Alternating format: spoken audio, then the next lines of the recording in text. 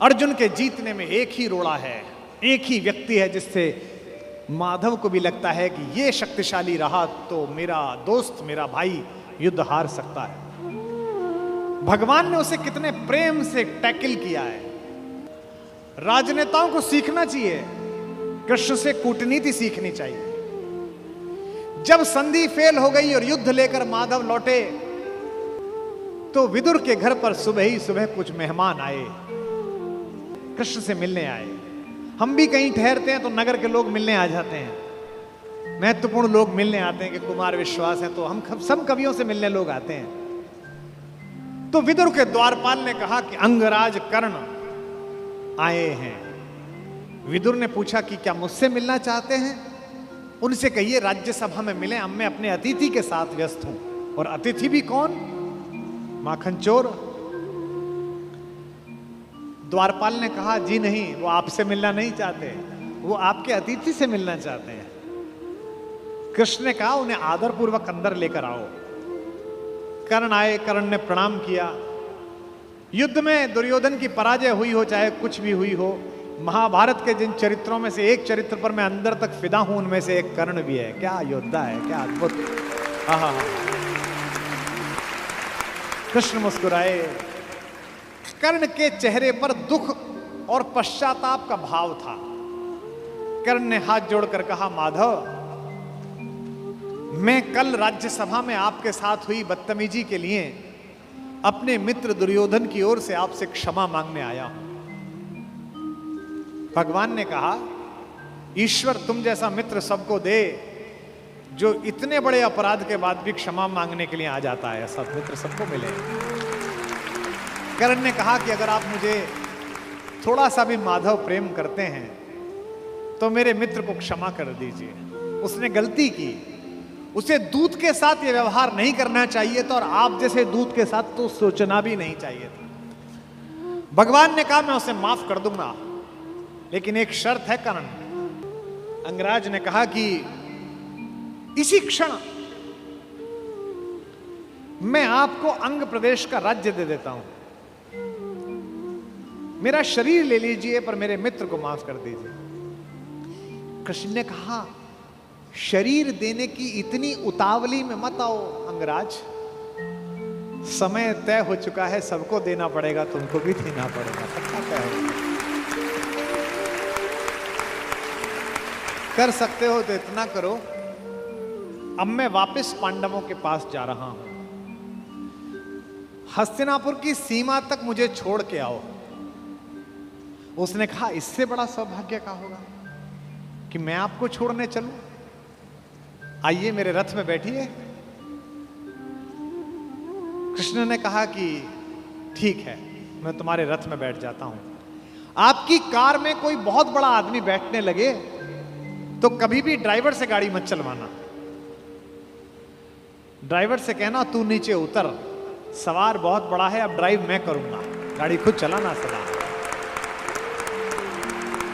कर्ण ने अपने चालक से कहा कि नीचे उतर, इस रथ पर त्रैलोक्य का स्वामी बैठने वाला है, ड्राइव मैं करूंगा। और कर्ण तो ड्राइवर का ही लड़का है, सूत पुत्र है, उसको तो आता ही है रथ चलाना, वो रथ चालक का बेटा है। कर्ण रथ चलाने लगा। भगवान पीछे से उतरकर कर्ण के पास आकर बैठ गए और थोड़ी देर बाद उसका रथ छोड़कर उसे अपने रथ पर बिठा लिया। वहां भी वही रथ चलाने लगा। अब भगवान ने उससे बातचीत शुरू की। देखिए कितने बड़े कूटनीतिज्ञ हैं ये कन्हैया, दिखते भोले हैं लेकिन परम चालू। इनको पता था कि एक ये आदमी है जो फजीता करेगा, इसका मनोबल तोड़ो। पहली बार कर्ण को यह पता चला जो भेद उन्होंने बताया। हरि बड़े प्रेम से कर धर कर ले चढ़े उसे अपने रथ पर। रथ चला परस्पर बात चली, शमदम की टेढ़ी घात चली। शीतल हो हरि ने कहा हाय, अब शेष नहीं कोई उपाय। कर्ण अब कुछ बचा नहीं, हो विवश हमें धनु धरना है। अब तो हमें यह धनुष उठाना पड़ेगा, क्षत्रिय समूह को मरना है।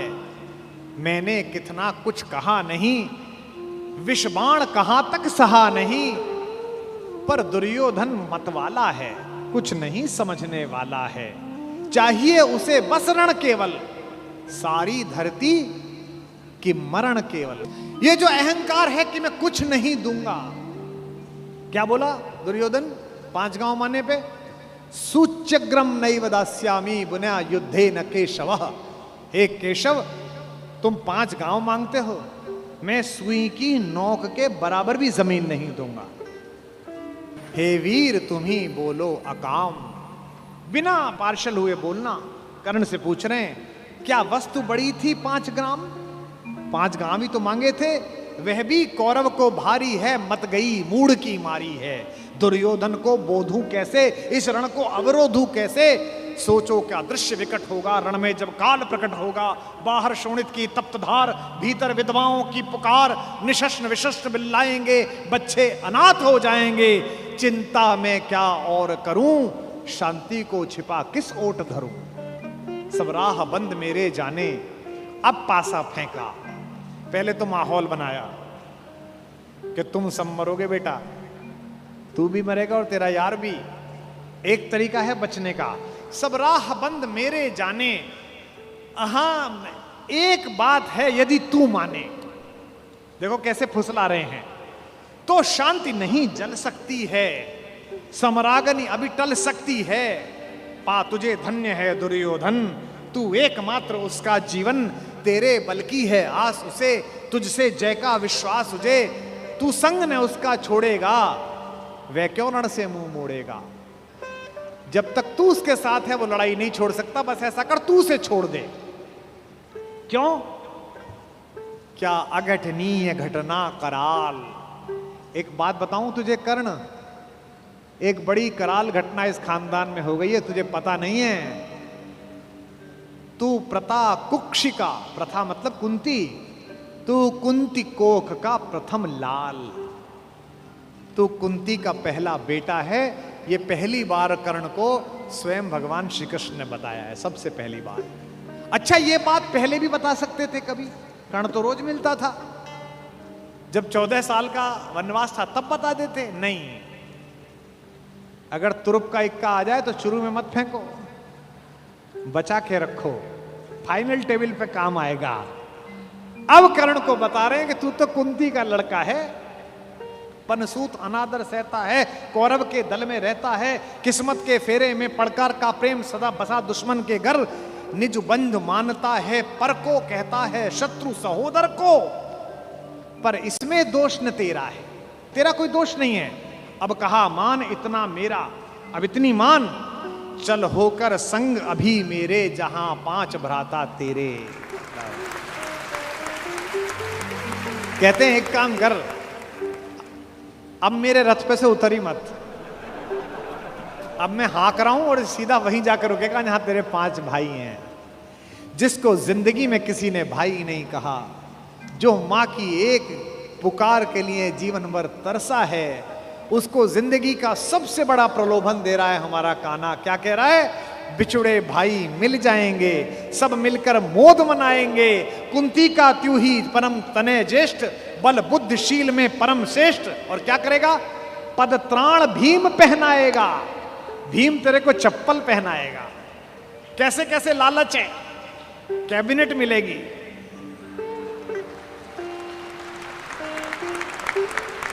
और उसमें भी कोई छोटा मोटा मिनिस्टर नहीं, सीधा ही प्राइम मिनिस्टर। पद त्राण भीम पहनाएगा, हैं? धर्मादिप युधिष्ठिर चमर डुलाएगा। तेरे दरबार के बाहर कौन खड़े होंगे? पहरे पर पार्थ प्रवर होंगे।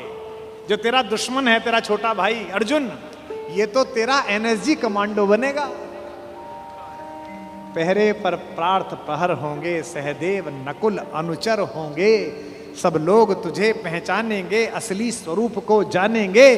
खोई मणि को जब पाएगी, आखिरी दाव जो मारा है, खोई मणि को जब पाएगी, कुंती फूली न समाएगी।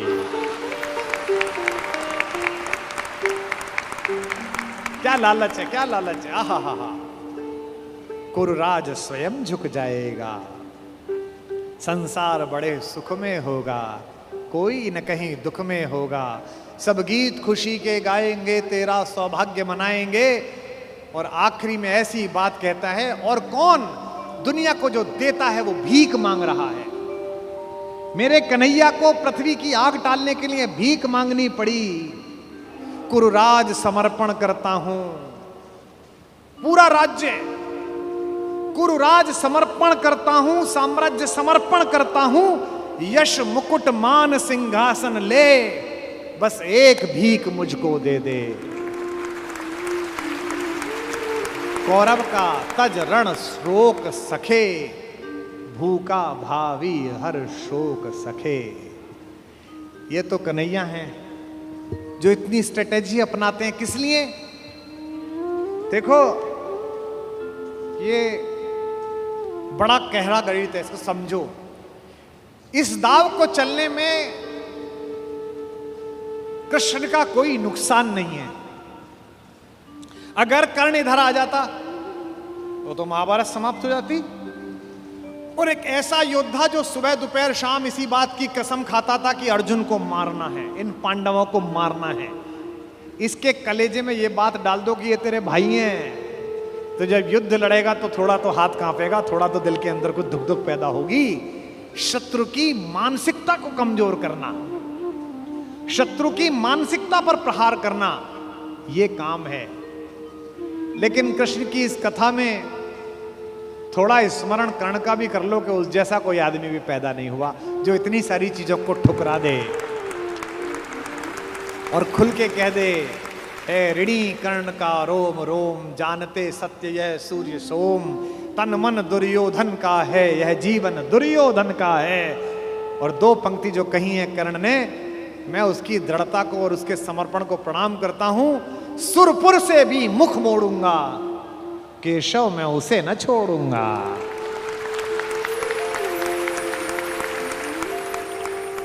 ये जो चरित्र है कृष्ण का योजना बनाने का, पहले कुंती को भेजा, जाओ बता के आओ कि तुम उसकी मां हो। मां ने कहा कि तू वापस आ जा, तो उसने एक वरदान दिया मां को। मां ने कहा, अभिलाष लिए तो बहुत बड़ी आई थी, पर आस नहीं अपने बल्कि लाई थी। था एक भरोसा यही कि तू दानी है, अपनी अमोघ करुणा का बड़ा अभिमानी है। उसने भी कहा, मां मैं तुझे वचन देता हूं कि तेरे 5 बेटे जीवित रहेंगे।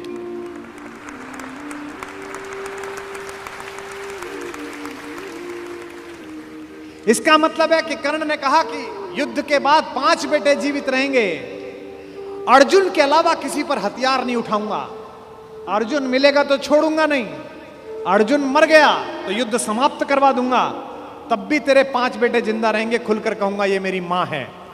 और अगर अर्जुन का दाव चल गया मां, तो तुझे पता और मुझे पता कि हम मां बेटे हैं, तेरे 5 बेटे जिंदा रहेंगे। जा मां, मैं तुझे वरदान देता हूं,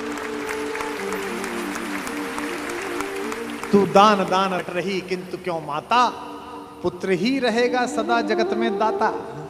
मैं ही देता रहूंगा, दुनिया तो उससे सदा सभी कुछ लेगी, पर क्या माता भी उसे कभी कुछ देगी। मैं एक कर्ण अतएव मांग लेता हूं, बदले में तुझको 4 कर्ण देता हूं। छोड़ूंगा मैं तो कभी नहीं अर्जुन को, तोड़ूंगा कैसे स्वयं पुरातन प्रण को, पर अन्य पांडवों पर मैं कृपा करूंगा, पाकर भी उनका जीवन नहीं हरूंगा। और जिन्होंने महाभारत पढ़ी है उन्हें पता है कि जब कर्ण सेनापति बना, उस दिन उसने 4 पांडवों को 5 बार पकड़ के छोड़ दिया। भीम तो उसके रथ के आगे आके नृत्य करने लगा, गुस्से में रोता हुआ कि मुझे अपमानित करके छोड़ता है, मैं क्षत्रिय हूं, मेरा वध कर मुझे मार दे। और गालियां बकने लगा, तू सूत का पुत्र है, तुझे क्या पता कैसे लड़ा जाता है।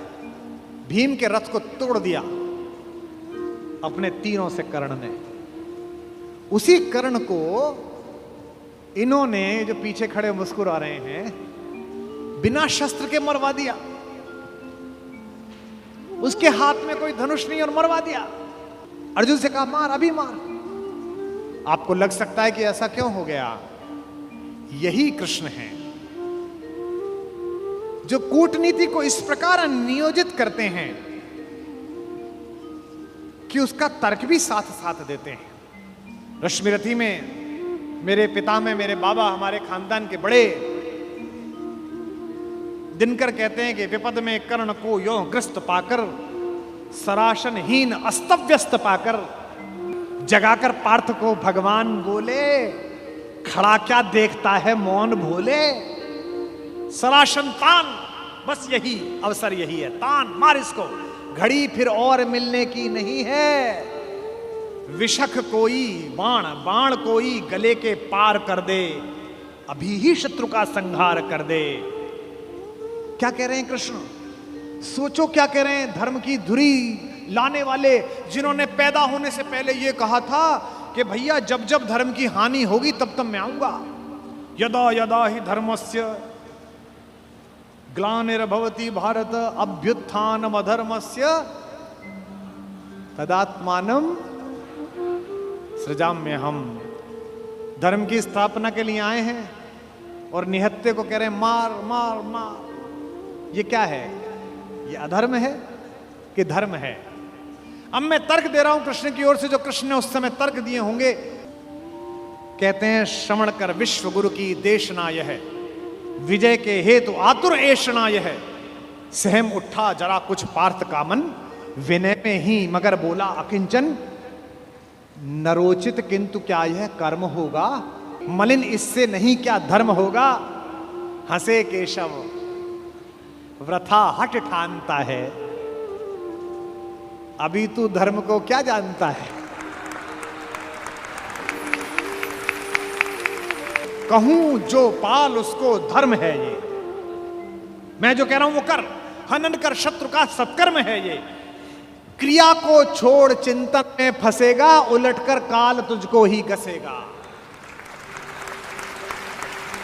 ये जो हमको सिखाते हैं कि हम दूसरे की सीमाओं का अतिक्रमण करके घर में जाके ना मार के आए, इनको पूछो कि जिस समय हिंदुस्तान के चौराहों पर बम फटते थे, इनको पूछो कि जम्मू कश्मीर में जाते हुए हमारे सीआरपीएफ के जवानों के मुंह पर मतदान के समय जाते हुए ये लफंगे चांटे मारते थे। इनको पूछो कि पड़ोसी के भीख मिले हथियारों से हिंदुस्तान की मां बेटियों को आतंकित करने वाले और केसर की क्यारी में बारूद भरने वालों को सीमा के अंदर पार घुस के मारा जाए कि ना मारा जाए। देश का एक एक बच्चा कहेगा कि मारा जाए। नहीं जब पार्थ को देखा सुधरते, हृदय में धर्म का टुक ध्यान धरते, समय के योग्य धीरज को संजोकर कहा राधे ने गंभीर होकर। अब कर्ण बोला, हर पापी, हर अनाचारी, हर दुष्ट जिसने दुष्टता में साथ दिया है वो ज्ञान देने लगता है। भूल गया अर्जुन के कौन ज्ञान दे रहा है। अर्जुन के अंदर भक्ति, मनुष्यता, भावना सब पैदा हो गई। नरोचित धर्म का कुछ काम तो लो, बहुत खेले जरा विश्राम तो लो। फंसे रथ चक्र को जब तक निकालूं, धनुष धारण करूं, प्रहरण संभालूं। रुको तब तक चलाना बाण फिर तुम, हरण करना कर सको यदि प्राण तुम। नहीं अर्जुन शरण में मांगता हूं, समर्थित धर्म से रण मांगता हूं। कर्ण कहता है कि धर्म से युद्ध करो। कृष्ण मुस्कुराए कि बेटा अब फंसा के, अब मैं तुझे धर्म समझाता हूं, है ना। उपस्थित देख हो न्यायार्थ हरि को, निहारा पार्थ ने हो खिन्न हरि को। अर्जुन का तो सॉफ्टवेयर हैंग हो गया। इसे मारूं कि ये जो कह रहा है धर्म वो पालूं। और जब सॉफ्टवेयर हैंग हो जाए तो क्या करना चाहिए? जब तुझसे ना सुलझे तेरे उलझे हुए धंधे, भगवान के इंसाफ पर सब छोड़ दे बंदे। खुद ही तेरी मुश्किल को वो आसान करेगा, जो तू नहीं कर पाया वो भगवान करेगा। उपस्थित देख यो न्यायार्थ हरि को, निहारा पार्थ ने हो खिन्न हरि को। मगर भगवान किंचित भी न डोले। अभी तक तो हंस रहे थे, मुस्कुरा रहे थे, करते मार। जैसे ही कर्ण ने धर्म बोला, भगवान के अंदर से आग निकली। कुपित हो वज्र सी यह बात बोले, प्रलापी ओ उजागर धर्म वाले, बड़ी निष्ठा बड़े सत्कर्म वाले। मरा अन्याय से अभिमन्यु जिस दिन, कहां पर सो रहा था धर्म उस दिन।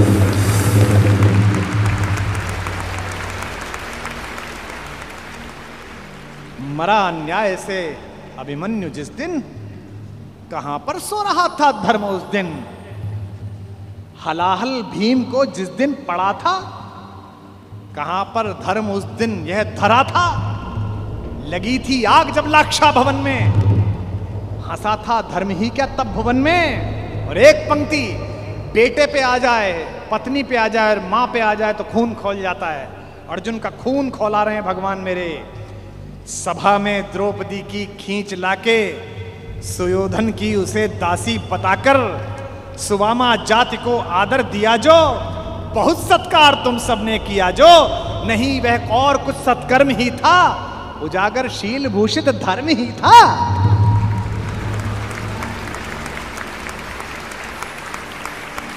जिस दिन एक रजस्वला बेबस महिला को बाल से खींचकर तेरे दोस्त का नीच छोटा भाई लाया था, और तेरे उस तथाकथित मित्र ने अपनी जंघा पर हाथ मारा था कि यहां बैठेगी, उसी दिन तय हो गया था कि इस जंघा पर धर्म युद्ध के खिलाफ चोट पड़ेगी। जो युद्ध जानते हैं वो सब जानते हैं, जुए में हार कर धन धाम जिस दिन, हुए पांडव यति नष्काम जिस दिन, चले वनवास को तब धर्म था वह, शकुनियों का नहीं अपकर्म था वह। और कोई अपकर्म नहीं होता। कटी से नीचे प्रहार करना अधर्म है, लेकिन दुर्योधन की जंघा तोड़ी भीम ने, कोई नहीं। ये जो रणनीतिकार कृष्ण है। खांडव दहन हुआ, आप सबको पता है, आग लग गई, आग बुझी नहीं, इंद्र से भी नहीं बुझी। तो इंद्र ने अपने बेटे से कहा, अर्जुन से कहा कि भाई बुझा। सर्पों ने कहा कि बुझा। अर्जुन ने बादलों में तीर मारा और बादल बरसे। जब पुरुषार्थ आ जाता है तो तीर आदमी ऐसे ही मारता है, कभी बादल में मारता है, कभी जमीन में मारता है। पिता में भीष्म जब पड़े हुए थे शरशैया पर, उनके मुंह से निकला पानी। कोई सोने के मटका लाया, कोई चांदी के मटके लाए। उन्हें अर्जुन की तरफ देखा कि पड़पोते पानी। अर्जुन ने तीर मारा पृथ्वी पे। कुरुक्षेत्र चले जाइए, आज भी आपको मिल जाएगी वो नदी जहां जमीन का स्तर तक, वहां तक तीर गया। और साइंस देखिए तीर की, ड्रिलिंग देखिए कि उतनी ही तेजी से गया और धार उतनी ही आई जो पिता में भीष्म के होठों तक आई। आज भी अर्जुन के तीर से निकली हुई इस नदी को हमारे उत्तर भारत में बाण गंगा कहा जाता है। कभी दर्शन करके आइए उस नदी।